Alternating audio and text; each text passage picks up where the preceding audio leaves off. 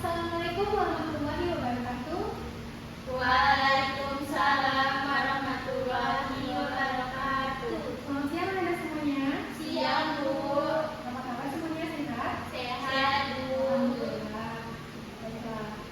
Sebelum itu, mari kita bikin sesi terlebih dahulu dengan tadi sampah karena dibuat seperti ini ya.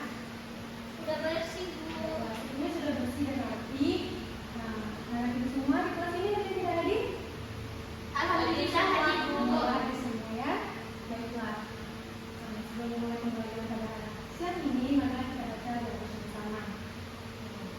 Bismillahirrahmanirrahim. Rabbi shrahli ilma warzuqni fahma. Amin. Sebelumnya, apa ada yang masih ingat waktu belajar kita minggu lalu? Masih, Bu. Ya, apa semuanya? Sikap terpuji. Ya, betul sekali. Pembelajaran minggu lalu adalah sikap terpuji. Baiklah, kembali kita pada siang ini ya, yaitu kisah teladan Abdurrahman bin Auf dan Abu Dzar Al-Ghifari. Sebelumnya ada tahu belum siapa dua tokoh ini? Belum. Baiklah, dua tokoh ini ialah sahabat Nabi, sahabat yang berdekat dengan Nabi. Baiklah, langsung saja kita masuk ke kisah teladan dari Abdurrahman bin Auf. Riwayat hidup Abdurrahman bin Auf sendiri. Abdurrahman bin Auf itu merupakan salah seorang sahabat besar Nabi dan termasuk salah satu dari 10 sahabat yang dijanjikan untuk surga. Dan pada masa jahiliyah, ia dikenal dengan nama Abdur Amir. Setelah Islam, Rasulullah mengambilnya Abdurrahman bin Auf. Lalu, ia menurut Islam itu sebelum Rasulullah menjadikan nama Al-Arqam sebagai pusat dakwah. Dan ia mendapatkan hidayah 2 hari setelah Abu Bakar As-Siddiq masuk Islam. Dan semenjak masuk Islam sampai wafatnya, ia menjadi teladan utama bagi kaum muslimin. Jadi, Abdurrahman bin Auf ini termasuk kelompok 8 orang yang mula-mulanya masuk Islam. Dan ia juga tergolong 10 sahabat yang diberikan menjadikan Allah Rasulullah akan memasuki surga dan termasuk dalam orang sahabat yang bermusyawarah dalam pemilihan khalifah setelah pemerintah. Ia juga seorang mukti untuk percaya Rasulullah bertakwa di Madinah selama beliau masih hidup. Itulah riwayat hidup dari Abdurrahman bin Auf. Lalu, bagaimana dengan keutamaan Abdurrahman bin Auf? Dapat kita lihat keutamaan Abdurrahman bin Auf di sini ialah yang pertama, Abdurrahman bin Auf itu termasuk sahabat yang masuk Islam itu sangat awal, yaitu yang kedewasaan. Yang kedua, Abdurrahman bin Auf termasuk salah satu dari 6 orang yang ditunjuk oleh Umar bin Khattab untuk memilih khalifah sesudahnya. Yang ketiga, Abdurrahman bin Auf seorang mukti yang dipercaya oleh Rasulullah SAW untuk bertakwa di Madinah padahal Rasulullah SAW itu masih hidup. Yang ketiga, yang keempat, Abdurrahman bin Auf terlibat dalam perang Badar bersama Rasulullah dan menewaskan musuh-musuh Allah. Beliau juga terlibat dalam perang Uhud dan bahkan termasuk yang bertahan di sisi Rasulullah SAW ketika kaum muslimin banyak meninggalkan medan peperangan. Dan yang terakhir ialah suatu saat ketika Rasulullah SAW berpidato menyuruh kaum muslimin untuk bernikah, dijawablah Abdurrahman bin Auf juga menyumbangkan separuh hartanya yang senilai 2.000 dinar. Lalu, apa teladan yang bisa kita ambil dari Abdurrahman bin Auf? Jadi, teladan yang bisa kita ambil dari Abdurrahman bin Auf itu ialah Abdurrahman bin Auf itu sendiri memiliki watak yang dinamis dan ini nampak menonjol ketika kaum muslimin hijrah ke Madinah, yang mana telah menjadi kebiasaan Rasulullah pada saat itu untuk mempersaudarakan 2 orang sahabat antara seorang kaum muhajirin pada Mekah dan lain dari Ansar penduduk Madinah itu sendiri. Dan orang-orang Ansar penduduk Madinah membagi dua seluruh kekayaan miliknya dengan saudaranya orang-orang muhajirin. Dengan Abdurrahman bin Auf imannya baik sesama Rasulullah maupun sesudah wafatnya, baik semasa Rasulullah dan sesudah wafatnya terus meningkat. Karena barang apa saja yang pegang, ia akan menjadikan itu sebagai produk perdagangan yang untuk mengumpulkannya. Seluruh usaha itu ditujukan untuk mencapai ridho Allah Subhanahu wa Ta'ala sebagai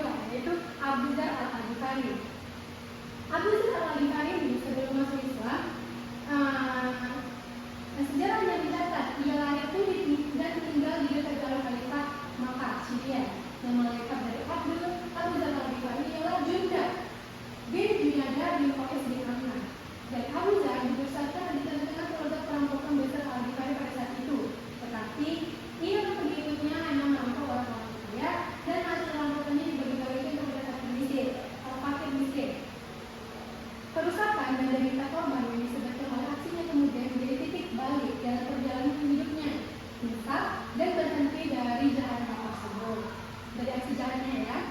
Lalu tindakannya itu menimbulkan amarah besar bagi sukunya. Dia memaksa juga atau sebut sekarang itu Abu Dhar meninggalkan tanah kelahirannya bersama ibu dan saudara laki-lakinya Anis al-Hadifah. Lalu Abu Dhar itu hijrah ke Najd, di mana ini merupakan hijrah pertama Abu Dhar dalam mencari kebenaran. Lalu beliau memasuki Islam. Keislaman Abu Dhar bermula dari saudaranya yang bernama Anis al-Ghifari. Ketika itu saudaranya berpulang dari Makkah. Kepada Abu Dhar, Anis menceritakan bahwa ia bertemu dengan seorang nabi, yaitu Nabi Muhammad SAW. Lalu ia menyebarkan agama seperti yang dinamakan Abu Dhar, yaitu mewajibkan para kaya memberikan sebagian hartanya kepada fakir miskin. Berita ini memberikan daya tarik yang luar biasa kepada Abu Dhar. Abu Dhar kemudian menuju Makkah dan secara terang-terangan ia mengucapkan kalimat syahadat di dekat Ka'bah. Setelah mengucapkan dua kalimat syahadat itu, Abu Dhar disiksa kaum musyrik Makkah sampai tubuhnya berlumuran darah. Hal itu disebabkan oleh adanya ancaman dan penganiayaan kaum Makkah terhadap penganut agama Islam. Nah, Abu Dhar itu sendiri termasuk al-Sufa, yaitu sekelompok sahabat yang tinggal di serambi masjid yang senantiasa beribadah, zuhud dari dunia dan miskin. Sepanjang hidupnya, dia memilih hidup dalam kefakiran, meskipun punya peluang untuk hidup kaya. Dan di kalangan sufi, Abu Dhar dipandang sebagai perintis gaya hidup sufi. Bagi sufi, kefakiran menduduki derajat tinggi dengan kebenaran, dan orang fakir sangat mereka hargai. Di kalangan ahli hadis, Abu Dhar dikenal sebagai perawi hadis. Dia meriwayatkan lebih dari 200 hadis Nabi Muhammad SAW. Lalu masuk kepada Abu Dhar itu sendiri tidak hanya suka membagikan hartanya gitu. Nah, semasa hidupnya beliau juga mulai berdoa dan pengurus penguasa gitu. Semasa hidupnya Abu Dhar al-Ghifari juga sangat dikenal sebagai penyayang kaum musta'afun. Kaum musta'afun. Kepeduliannya terhadap golongan fakir ini bahkan menjadi sikap hidup dan kepribadian Abu Dhar. Sudah menjadi kebiasaan penduduk Ghifar pada masa jahiliyah merampok kafilah yang lewat. Abu Dhar sendiri ketika belum masuk Islam kerap kali merampok orang-orang kaya. Namun hasilnya dibagi-bagikan kepada kaum duafa dan kebiasaan menyayangi kaum ini tidak berhenti ketika sudah memiliki Islam. Keteguhannya dalam membela kaum lemah menjadi ciri khas atau corak dari perjuangan Abu Dhar al-Ghifari. Hingga suatu saat ia tidak sepakat pada kebijakan Khalifah Utsman bin Affan yang akan mendirikan Bait al-Mal guna mengurus harta umat Islam, karena dikhawatirkan akan terjadi perampasan harta umat Islam dengan dalih untuk harta Allah SWT. Begitu juga saat berkunjung ke daerah Damaskus pada tahun 32 Hijriah atau 652 Masehi. Abu Dhar sendiri menyaksikan Gubernur Muawiyah bin Abu Sufyan sedang membangun istana hijaunya Al-Qudra yang megah, mengatakan bahwa Rasulullah SAW kepada Abu Dhar al-Ghifari dan 7 wasiat, yaitu, siapa yang bisa membacakan 7 wasiat yang diberikan oleh Rasulullah kepada Abu Dhar? Siapa yang anda? Yang pertama itu mencintai orang miskin. Yang kedua, lihatlah orang yang lebih rendah dalam materi dan kehidupan. Yang ketiga, menyambung silaturahim. Yang keempat, berbanyaklah ucapan la haula wala quwwata illa billah. Yang kelima, berani berkata benar meskipun pahit. Yang keenam, tidak takut celaan ketika berdakwah di jalan Allah.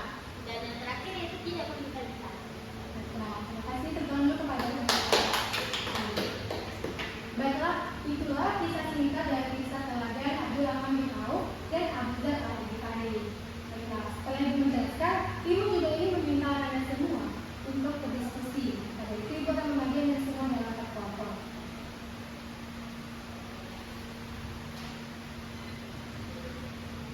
Apa tugasnya, Bu? Nah, dalam pembelajaran ini, ibu akan meminta anda semua berdiskusi tentang kisah teladan yang sudah dijelaskan tadi. Jadi anda berdiskusi bagaimana apa saja hidupnya, apa yang kita teladani, seperti dijelaskan tadi. Poin-poin penting. Nanti anda simpulkan ke depan, presentasikan ke depan ya. Dan ini bahan aja yang akan dikasih. Masih, Bu. Dibaca lagi yang tadi kita Jadi bagi siapa yang bisa menyimpulkan apa materi kita pada hari ini, ya, harus ke depan.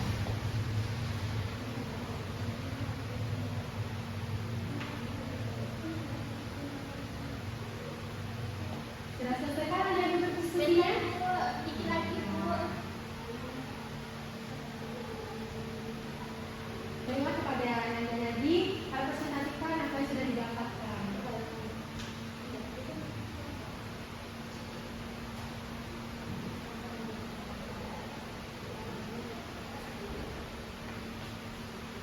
Nah, yang pertama itu ini Bu, Abdurrahman bin Auf. Ya. Dia memiliki watak yang dinamis dan ini tampak menonjol ketika kaum muslimin hijrah ke Madinah.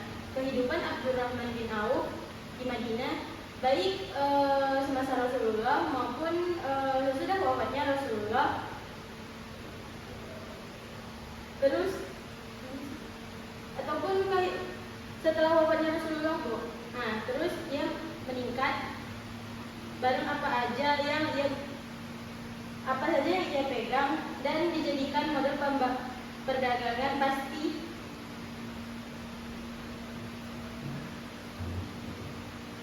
Ibu susah.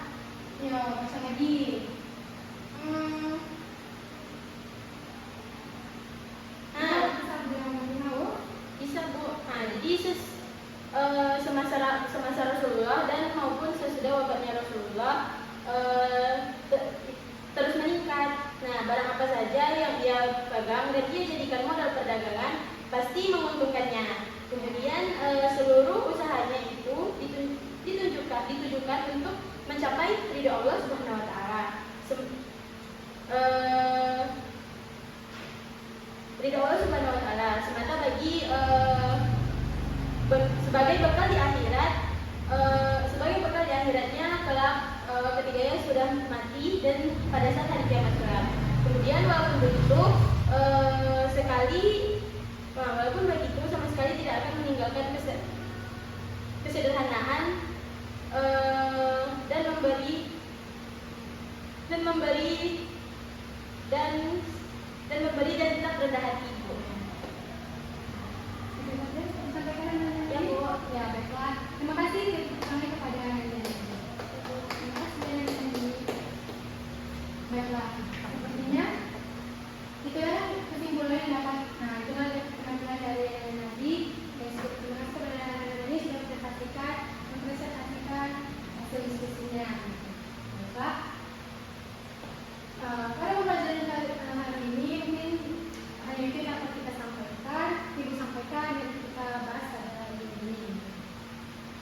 Sebelumnya ada yang dapat menyimpulkan kembali kita pada hari ini? Ayo, siapa yang tahu teladan apa yang patut kita contoh dari dua tokoh tersebut? Apa tangannya? Silakan. Nah, dari dua tokoh tersebut kita dapat menyimpulkan bahwa hal-hal yang kita dapat kita pelajari adalah yaitu sabar dalam menghadapi sesuatu dan selalu dermawan kepada orang-orang. Ya, betul. Baiklah, dapat ibu simpulkan bahwa dua tokoh sahabat Nabi ini yaitu Abdurrahman bin Auf dan Abu Jahal adalah tokoh yang sangat baik, tapi di mana beliau sangat dermawan, sederhana, dan mau membagikan hartanya kepada orang-orang. Nah, dapat pula kita contoh dalam kehidupan kita saat ini, yang mana pasti anda semua main TikTok kan? Nah, dalam TikTok itu pasti ada tuh konten kreator yang suka membagi-bagikan rezekinya kepada banyak orang gitu. Nah, itu salah satu contoh yang mana beliau membagi-bagikan hartanya kepada orang yang membutuhkan. Tapi kan Bu, di TikTok tuh kalau dilihatin ke orang-orang juga Iya. Nah, ria itu terdapat dalam dirinya apabila dia berniat bahwa di dalam dirinya itu saya ingin memamerkan harta saya kepada orang banyak.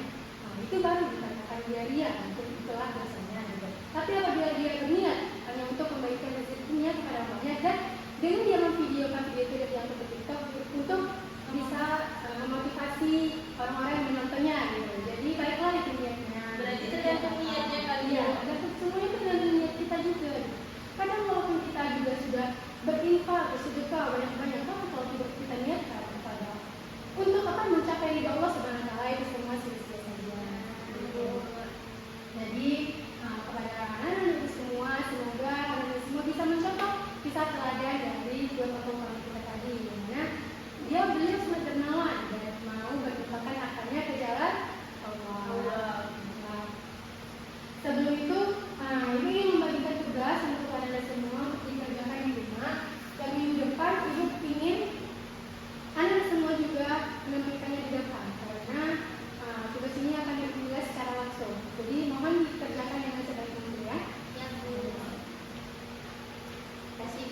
Baiklah, marilah kita tutup pembelajaran kita pada siang ini dengan doa kafaratul.